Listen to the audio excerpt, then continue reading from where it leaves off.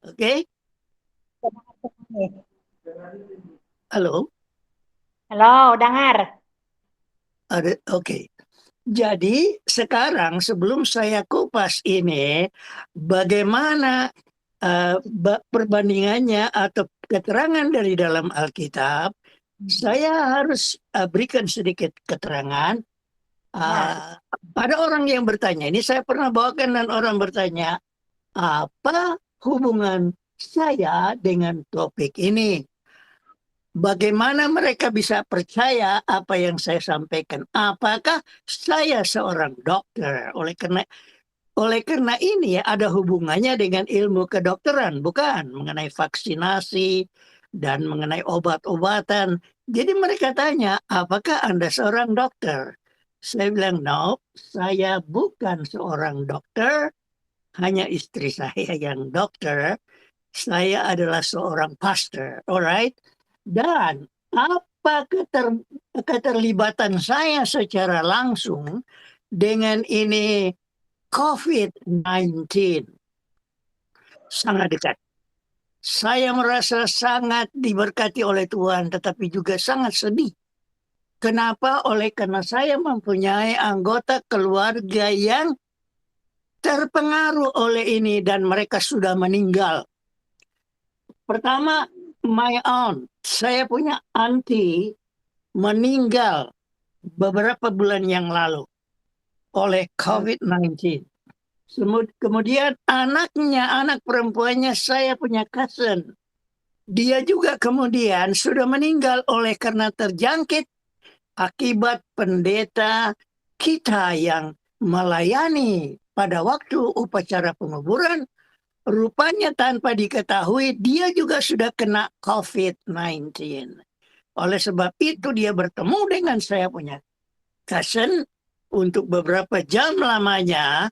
Cousin saya tidak tahu sehingga kemudian dia sudah mulai sakit dan ketika dibawa ke rumah sakit atau ke dokter ternyata bahwa cousin saya itu pun sudah kena. Kemudian sebelumnya ada seorang nephew saya, yaitu anak lelaki dari adik lelaki saya yang kedua. Jadi saya yang pertama paling tua, adik saya yang kedua itu namanya adalah Henok dan dia punya anak. Itu adalah anak yang nomor 3, dia ada 4 anak. Nomor 3 adalah Evert. Evert sudah kena juga dan sudah meninggal. Kemudian yang tua dari nephew saya itu namanya adalah Frankie.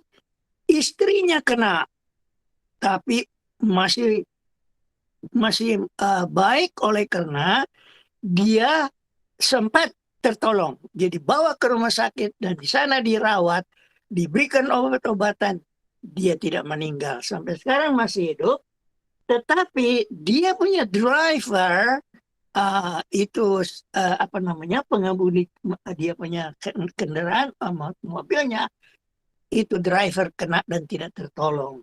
Lalu ada lagi satu distant relative saya yang sudah meninggal.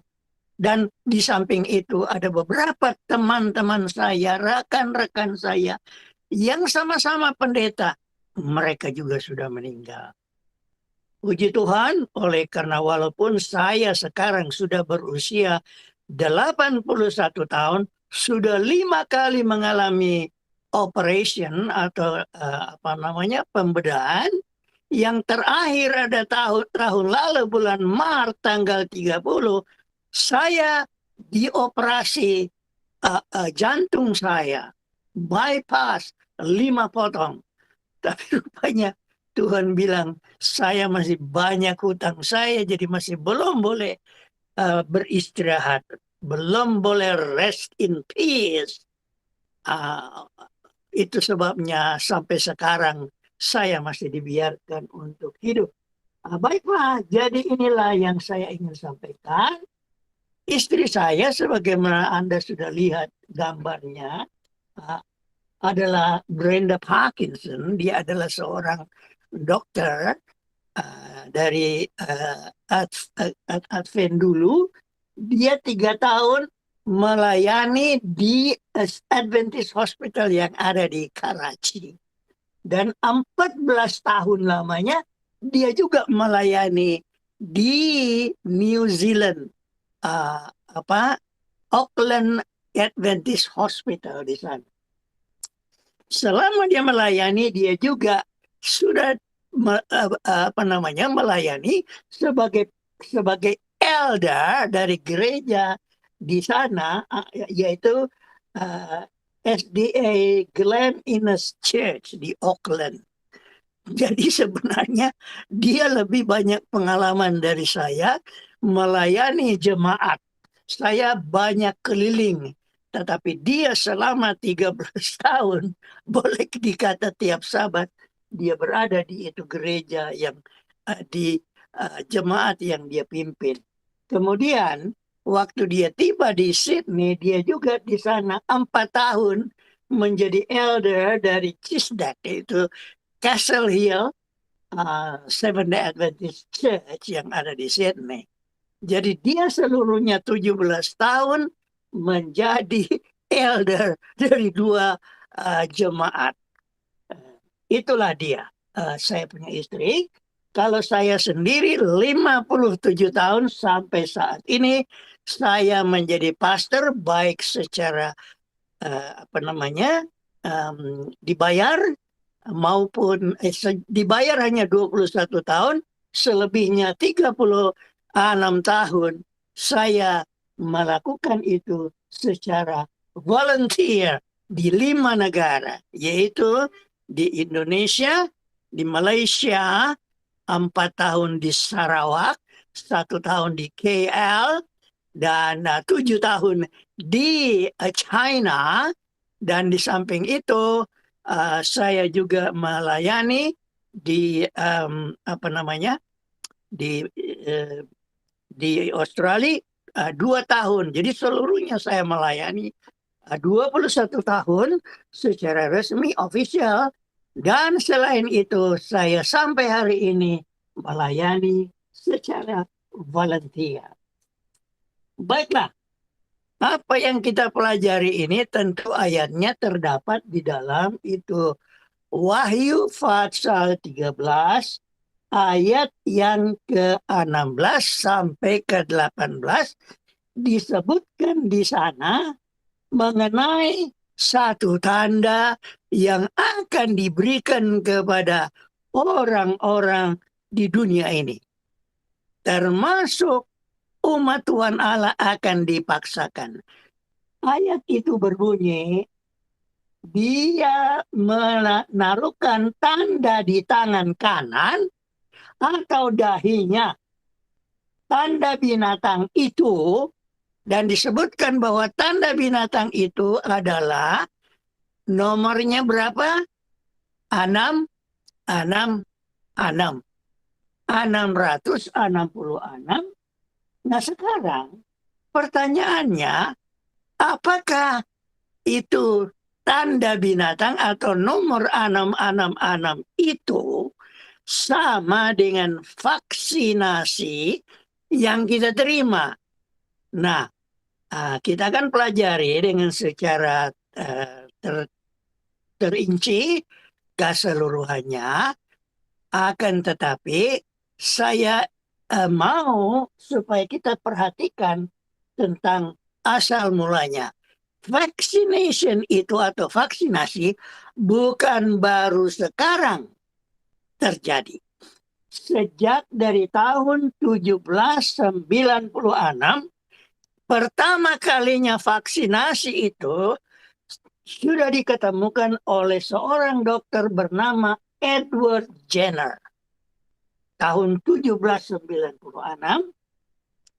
kemudian ada seorang lain lagi dokter yang bernama Louis Pasteur.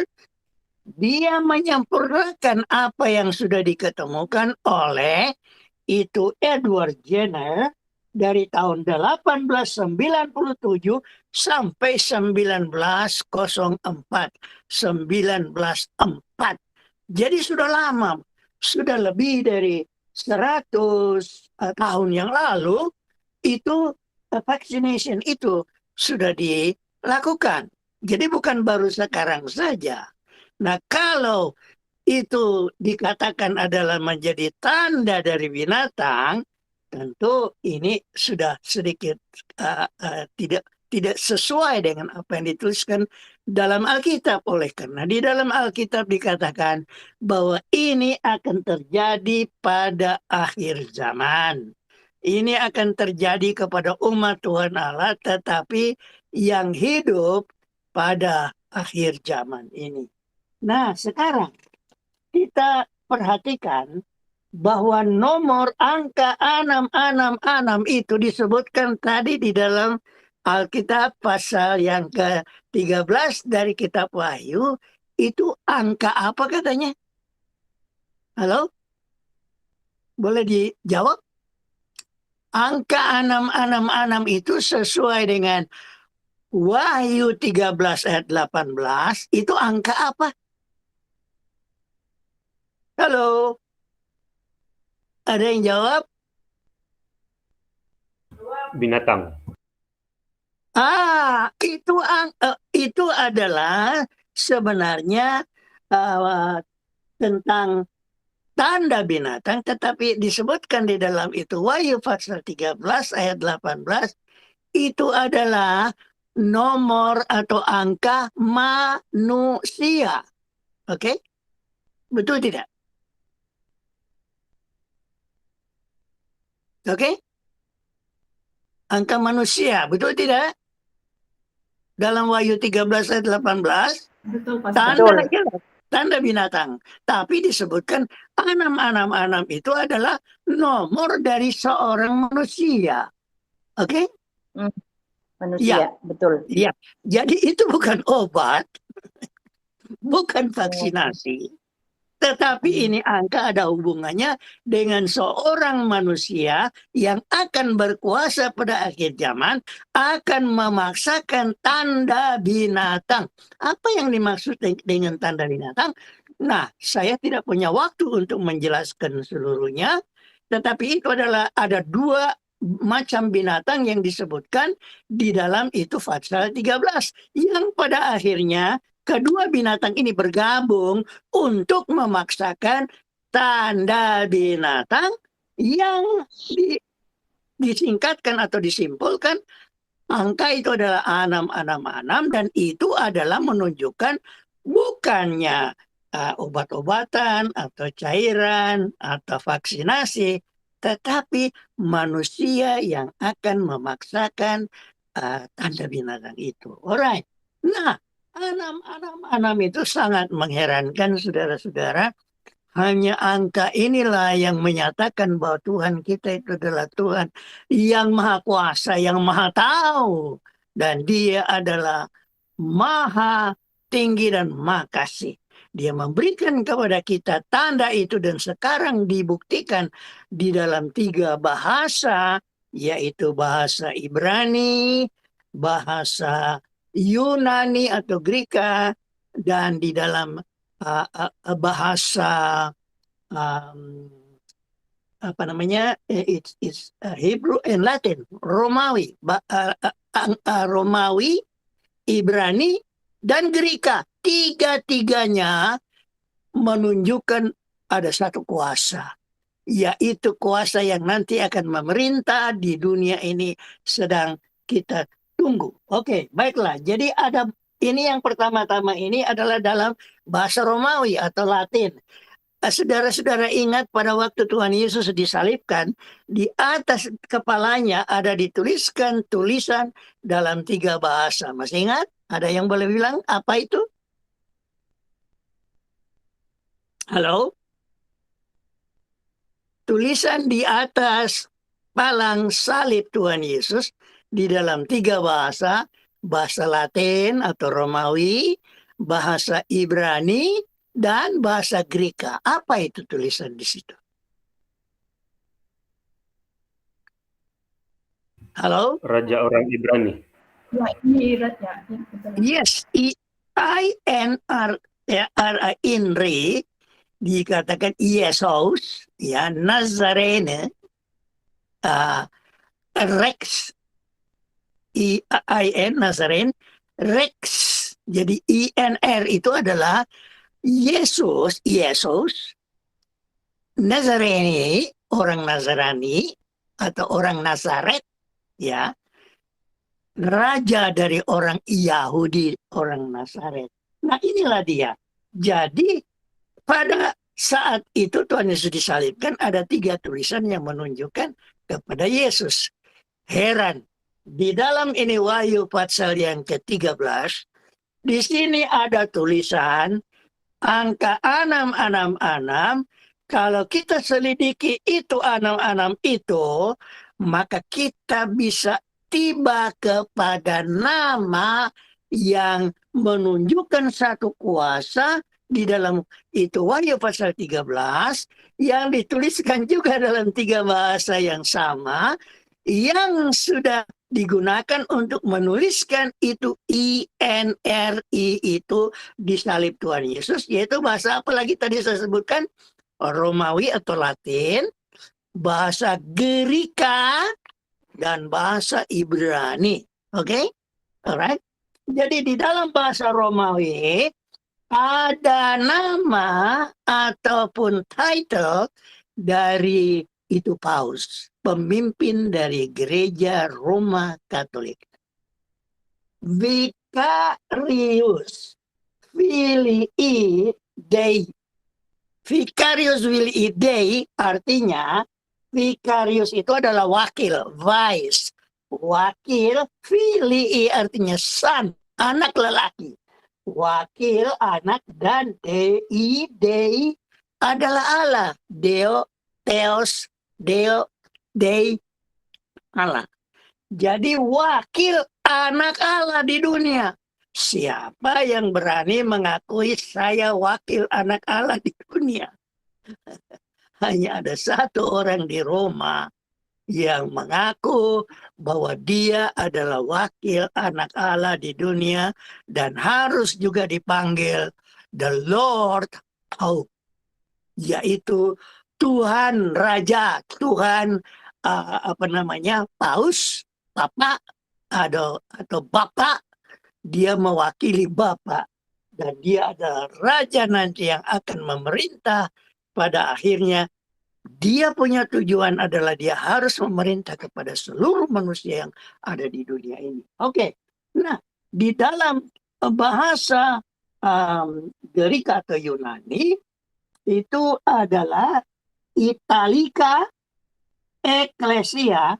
Nah, di dalam bahasa Romawi kebanyakan tentu kita tahu ada itu huruf-hurufnya itu ada angka-angka, bukan? Jadi kalau huruf I itu adalah 1. Kalau huruf V adalah 5. Huruf X adalah 10. Huruf L adalah 50. Huruf C adalah 100.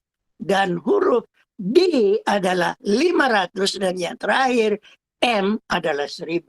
Nah, kalau kita lihat nama yang disebutkan ini yang adalah sebenarnya title atau judul dari Paus yang ada di Roma, Vicarius Filii Dei. Kita lihat di sana 5100, 15 US adalah 112. Filii 1 ini tidak ada artinya. S tidak ada, R tidak ada, A tidak ada. Jadi Filii adalah 1, 50, 11, D 500, dan E tidak ada, I 1. Jumlahnya di sini adalah 504. Dan kalau di sini 112 tambah 554 tambah 112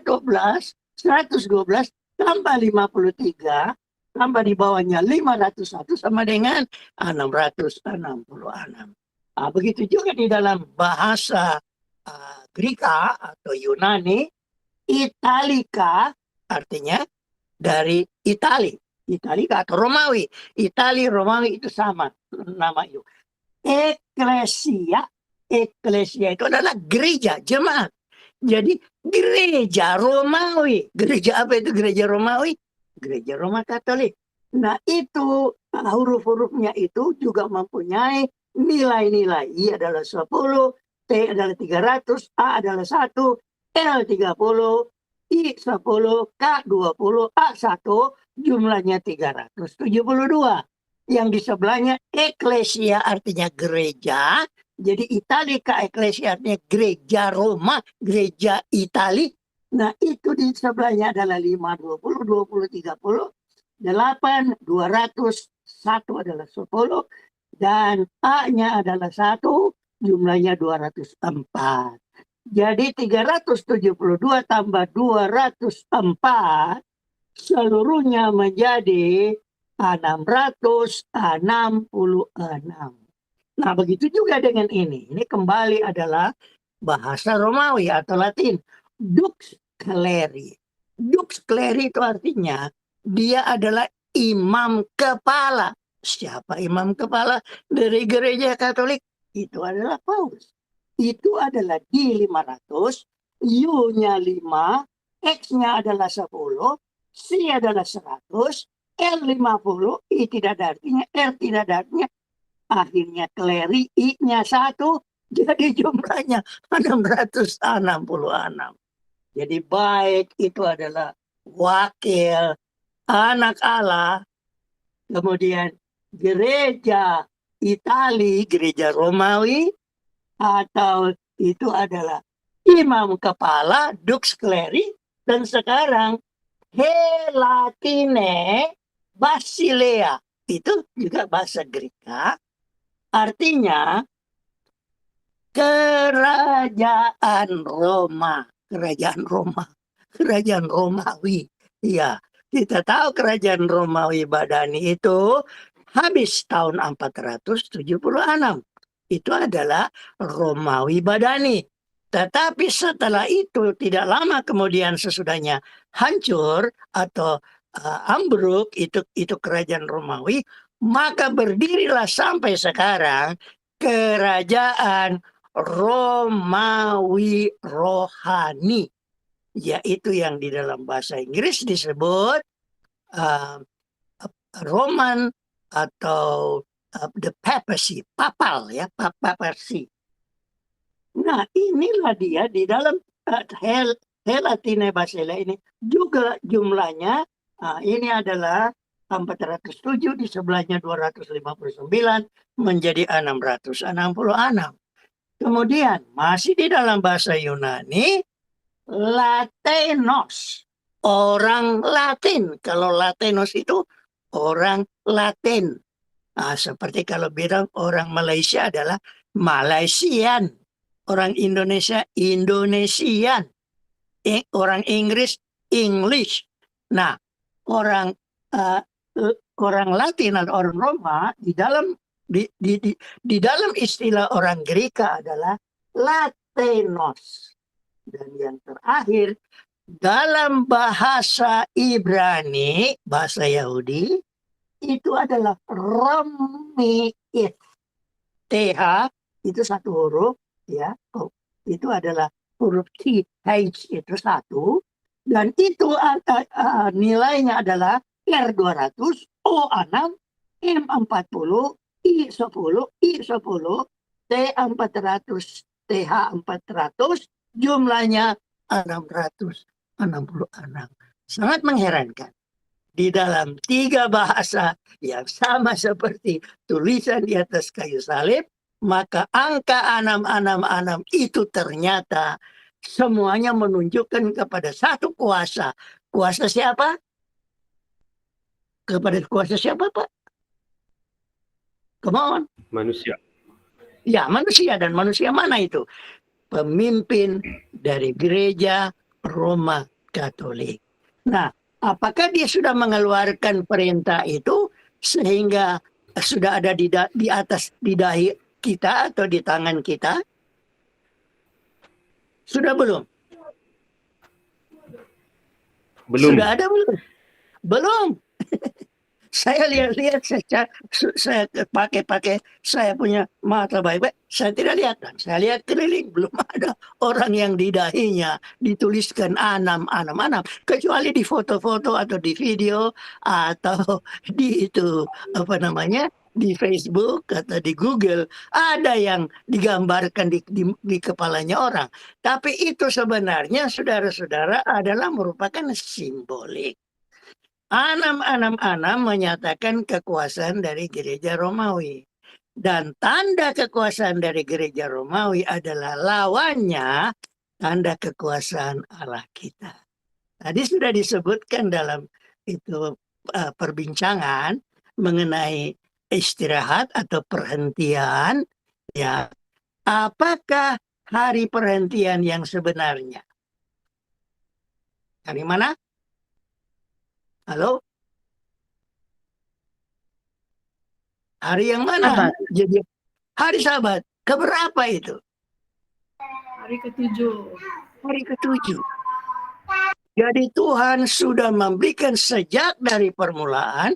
Saudara-saudara, saya ingin membagikan nanti kalau ada kesempatan kehebatan dari Tuhan kita. Tuhan kita tidak bisa dibantah. Ada orang-orang yang mengatakan tidak ada Tuhan. Tetapi tulisan di dalam Alkitab sejak dari ayat pertama saja dalam Alkitab, Kejadian pasal 1, ayat 1 dan ayat yang kedua menunjukkan Tuhan Allah kita, dia campur tangan. Dia adalah Allah yang maha kuasa. Oleh karena sejak dari permulaan, dia tunjukkan bahwa dia adalah Allah yang berkuasa. Ada 3 angka di situ. Di dalam Alkitab, mulai dari Kejadian sampai Wahyu. Apa itu 3 angka? Bukan 6, 6, 6, tetapi 7, 12, dan 1000. Apa itu? Ulangi. 7, 12, dan 1000. Pada waktu Tuhan menciptakan ini dunia, hari yang pertama saja, apakah dimulai dengan terang atau gelap? Halo? Gelap. Yes. Ya, selalu malam baru siang, bukan? Jadi malam, siang. Dimulai dengan malam. Jadi pada waktu hari pertama dunia ini diciptakan, dimulai dengan gelap. Maka dunia ini dikatakan belum ada bentuknya, kosong, tidak ada dia punya rupa, artinya tidak ada gunung, tidak ada danau, tidak ada, hanya merupakan batu-batuan saja yang kosong, dan air. Air sudah ada. Karena kalau tidak ada air, tidak mungkin manusia bisa hidup.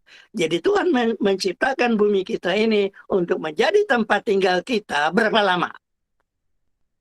Tolong jawab. Berapa lama kita akan tinggal di dunia? Berapa lama? 6 hari. Bukan minggu yang pertama. Tapi selama kita tinggal di dunia, sebelum kita dibawa ke surga, akan berapa tahun kita tinggal di dunia? 6.000 tahun. Perhatikan apa dikatakan dalam Alkitab. Bagi Tuhan 1 hari itu sama dengan berapa tahun katanya? 1000 tahun. Sudah pernah dengar itu ayat?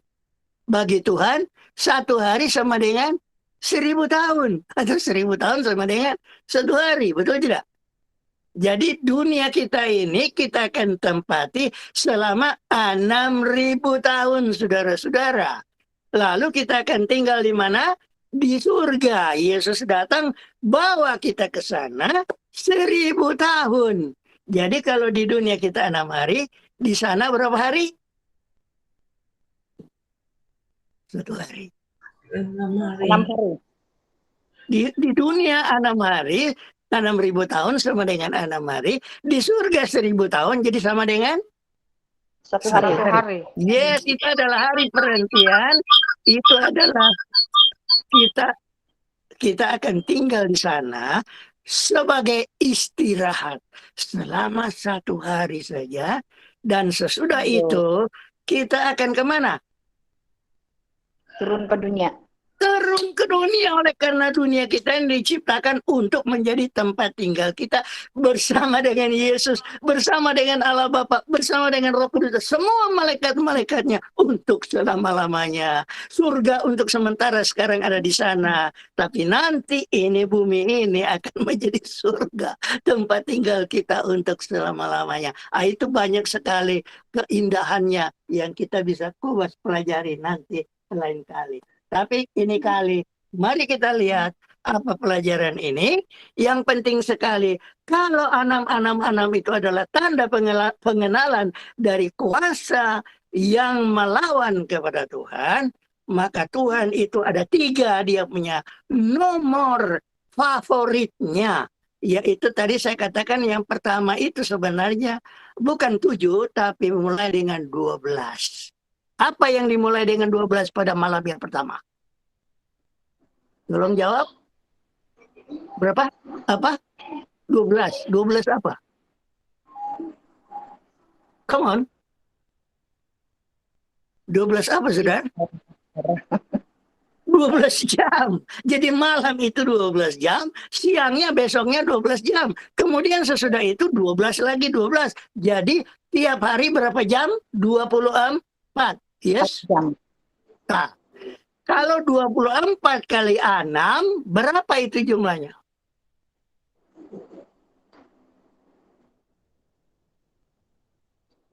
(24 kali 6).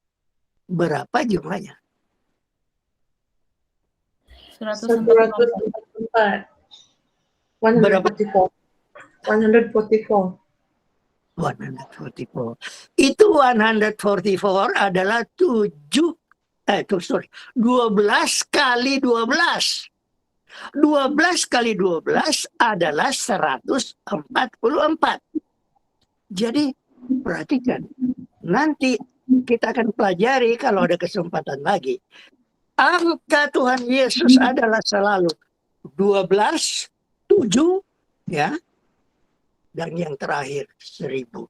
Sampai di dalam surga nanti. Sampai kembali ke atas dunia. Ini tetap Tuhan menunjukkan kuasanya. Jadi saudara-saudara, yang kita perhatikan adalah anam-anam itu akan melawan Tuhan Allah dengan memaksakan tanda apa? Tanda apa? Tanda binatang. Tanda binatang. Nah, ini sudah terjadi belum? Binatang. Sudah ada tetapi belum dipaksakan, betul tidak? Oleh karena ayat itu di dalam itu Wahyu pasal 13 dikatakan barang siapa nanti tidak ada itu tanda di tangan atau di dahinya tidak boleh berjual beli. Artinya tidak boleh pergi ke pekan atau tidak boleh pergi ke kedai untuk beli makanan, tidak boleh kecuali Anda mempunyai tanda itu. Dan apa artinya? Tanda itu anam-anam kekuasaan dari Gereja Katolik, yaitu pemeliharaan hari yang berlawanan dengan hari ketujuh Tuhan, yaitu hari pertama. Kalau hari ketujuh Tuhan itu adalah tanda penciptaan, tanda Allah, meterai dari Tuhan Allah sendiri pencipta, hari pertama itu tanda apa? Hari apa itu? Halo? Disebut apa dalam bahasa Inggris? Sunday. Sunday. Hari apa? Sandilo. Hari pertama. Ya, jangan sebut lo-nya. Hari itu hari pertama adalah Sunday. Di mana-mana dalam bahasa, di dalam bahasa Inggris, di dalam bahasa Malaysia, itu hari Minggu, hari Ahad, hari pertama. Itu adalah hari matahari, Sunday. Bahasa Belanda, Zondag. Di dalam bahasa Jerman, Sonntag. Di dalam bahasa Mandarin, itu adalah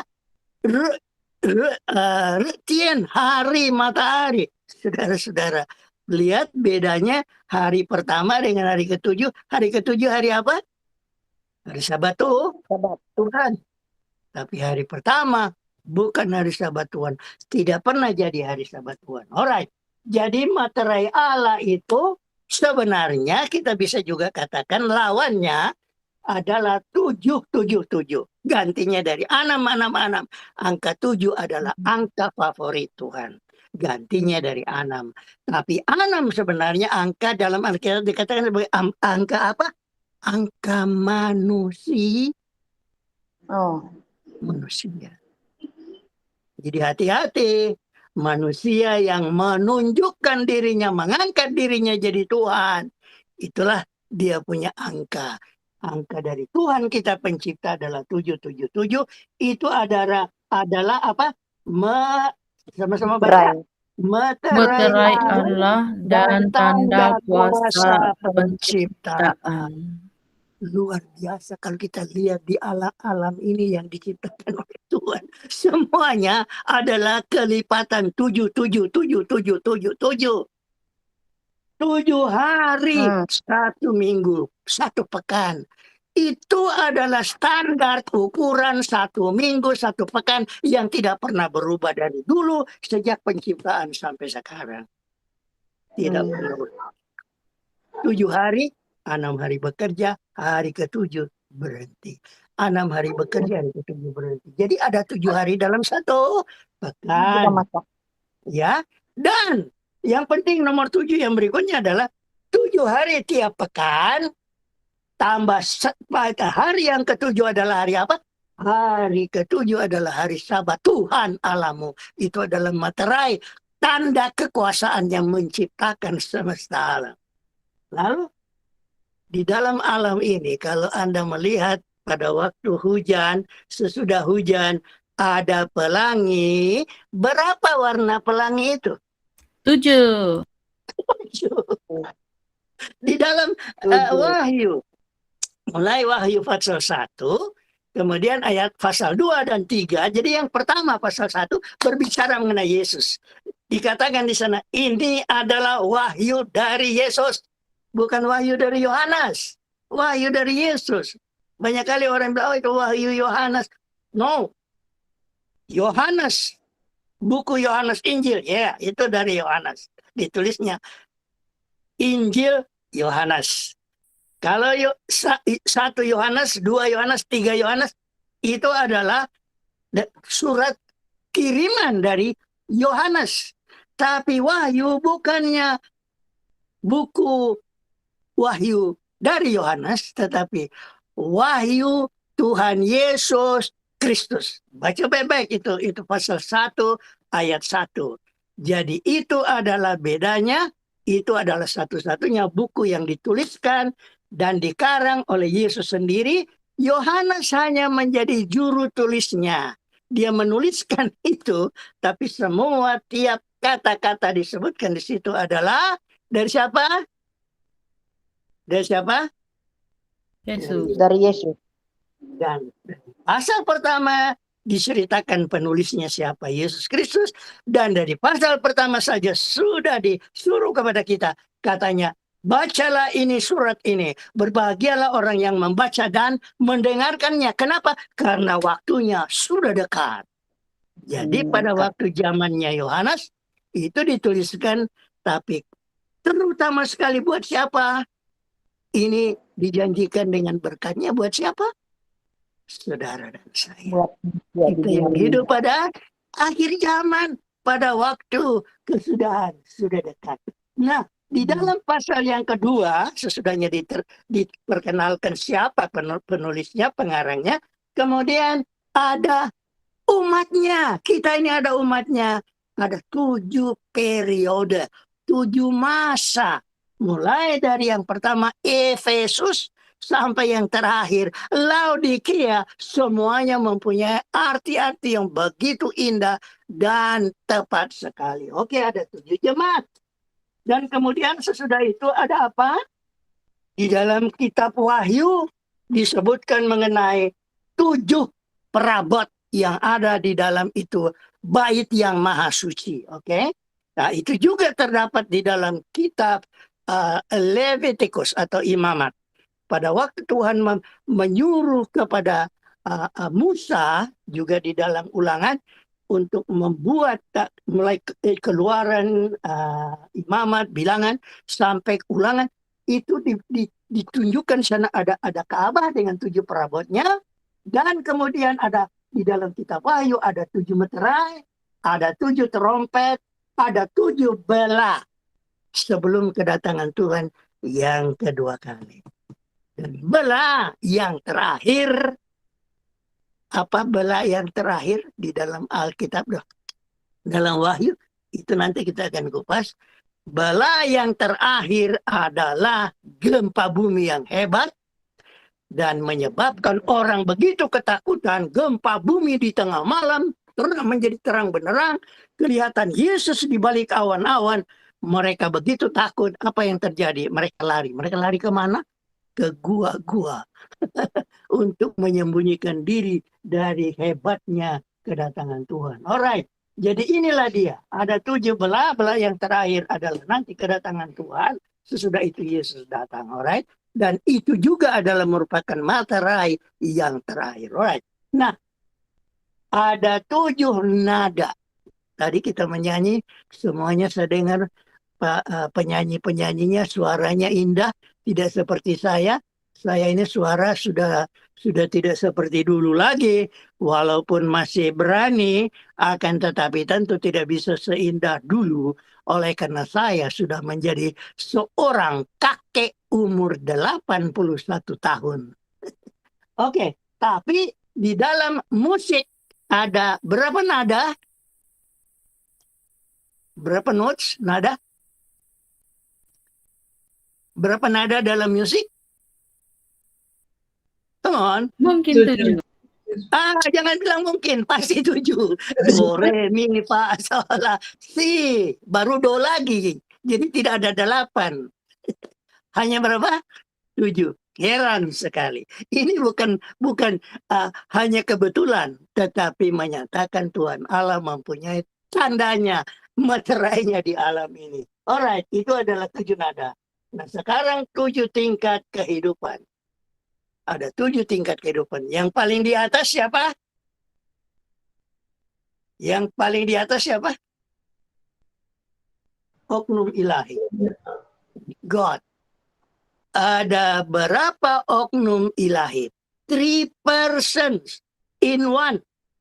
Dia tidak seperti ilah-ilah lain yang bertentangan, bertubrukan, berkelahi, seperti cerita dari semua agama-agama kafir. Ini 3 oknum ilahi bekerja bersama-sama, mengasihi satu sama lain, dan itu pula sebabnya kita akan tinggal dengan senang dan bahagia bersama-sama dengan ini oknum ilahi yang 3 itu. Tuhan Allah akan tinggal bersama-sama dengan kita manusia yang hina ini, yang hanya terbuat dari tanah. Bukannya dia akan tinggal di planet-planet yang lain dan hanya tinggal dengan malaikat. Sekarang tinggal dengan malaikat yang di surga. Tetapi nanti dia akan jemput kita. Kita akan tinggal di surga selama 1000 tahun. Sesudah itu kemana kita? Kembali ke dunia ini selama-lamanya. Dan dunia ini akan menjadi apa? Surga. Sebab Tuhan Allah akan tinggal bersama dengan kita. Di mana Tuhan Allah berdiam, di situ adalah surga. Haleluya. Praise the Lord. Nah sekarang, jadi oknum ilahi itu yang pertama. Yang lebih tinggi dari kita tingkatannya, tetapi di bawah Allah tentu saja, adalah apa? Malaikat. Yang ketiga baru manusia, kita di bawah itu tingkatannya dari malaikat. Lalu kemudian adalah binatang yang di darat. Itu lebih tinggi. Itu sebabnya itu disebutkan di dalam Alkitab mengenai binatang yang di darat itu diciptakan pada hari keberapa? Halo. Pada hari keberapa itu binatang yang di darat? 3. No. Hari ke-6 sama dengan manusia. Makanya Darwin bilang kita ini sederajat dengan monyet, dengan orang hutan.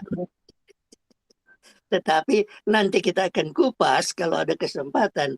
Buktinya itu Darwin dan semua saintis-saintis yang mengaku pinter, bodoh mereka.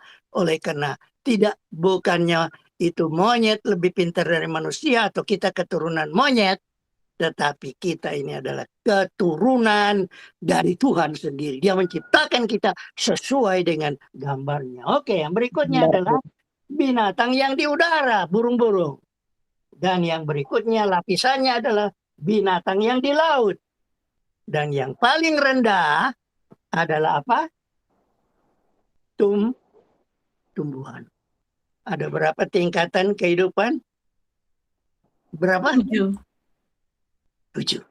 Nah, mungkin ada orang yang akan membantah, akan tetapi ini semuanya saudara-saudara menyatakan bahwa kita mempunyai Allah yang hidup. Anam itu angka manusia. Kalau ada orang yang mengatakan bahwa itu adalah vaksin, terserah. Tidak usah membantah kepada mereka, tidak usah kita berbantah-bantah dengan mereka. Tetapi saya percaya bahwa vaksin 19 itu COVID-19 itu masih belum menjadi apapun.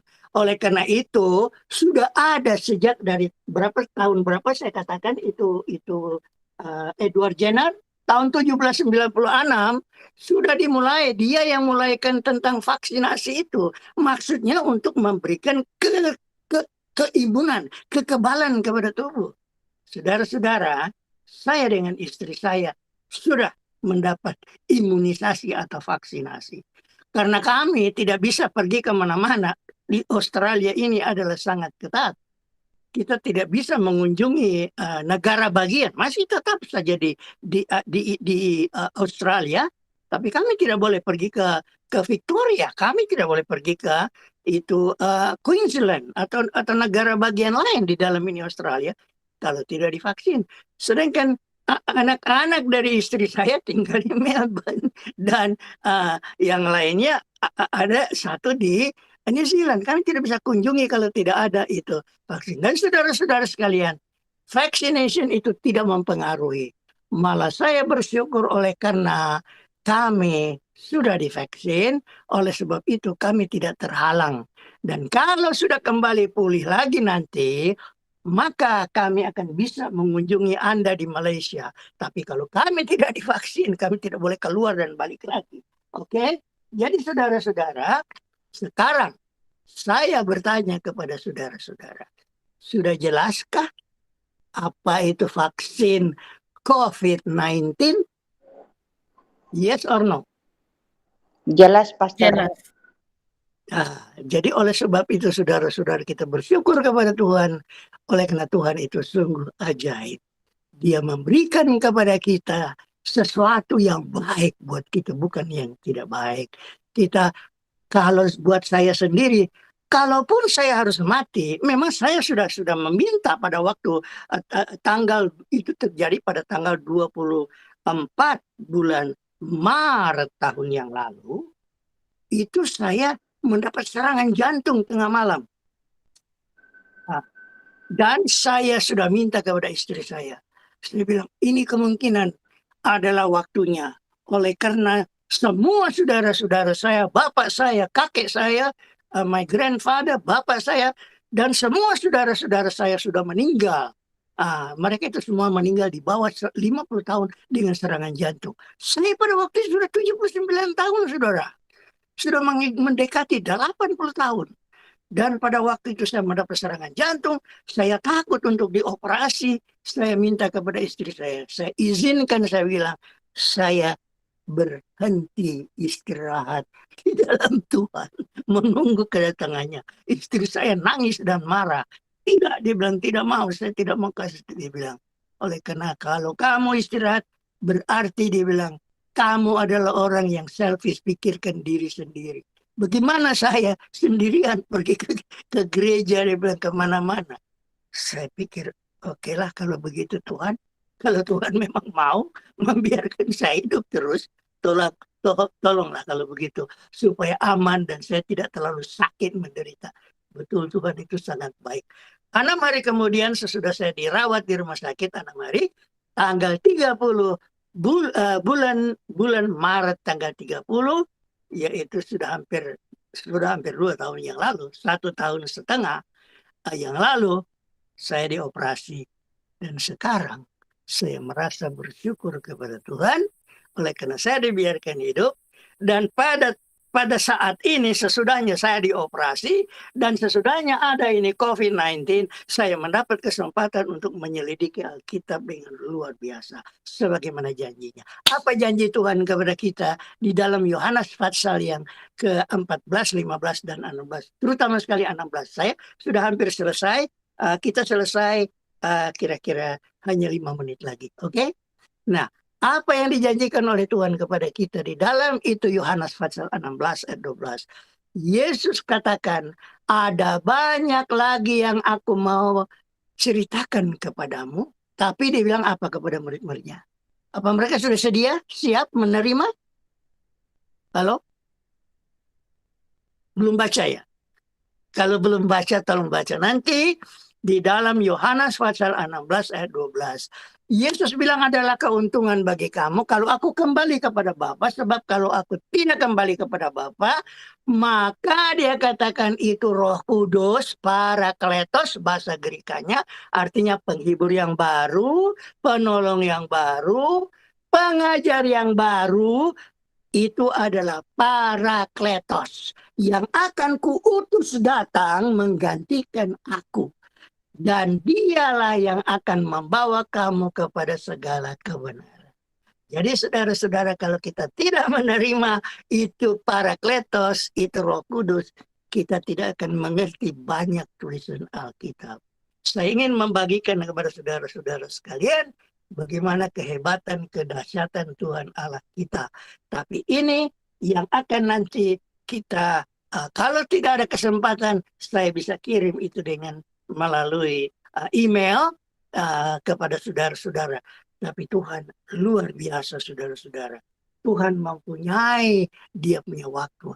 Dan di dalam Kejadian pasal 1 itu nanti kita akan kupas. Di sana ayat pertama saja sudah ada nubuatan mengenai kedatangan Yesus yang akan dibiarkan oleh Sang Bapa mati di atas kayu salib dengan tangannya sendiri dia letakkan itu. Itu adalah Yohanes pasal 3 ayat 16, saudara-saudara. Itu sudah disebutkan dalam Kejadian pasal 1 dalam bahasa Ibrani. Dan di dalam pasal yang kedua, itu adalah alas bumi ini diletakkan oleh Roh Kudus. Itu pelajaran yang lain. Tapi saya ingin untuk bersama-sama dengan saudara-saudara sekalian memohon kepada Tuhan agar supaya Tuhan memberikan kepada kita kesempatan untuk mempelajari lebih lanjut pelajaran-pelajaran yang begitu banyak dan indah mengenai kuasanya, dan kita tidak perlu takut. Janji Tuhan bagi orang-orang yang menghadapi COVID-19 sekarang ini terdapat di dalam Mazmur pasal 91. Saudara-saudara, itu disebutkan di sana.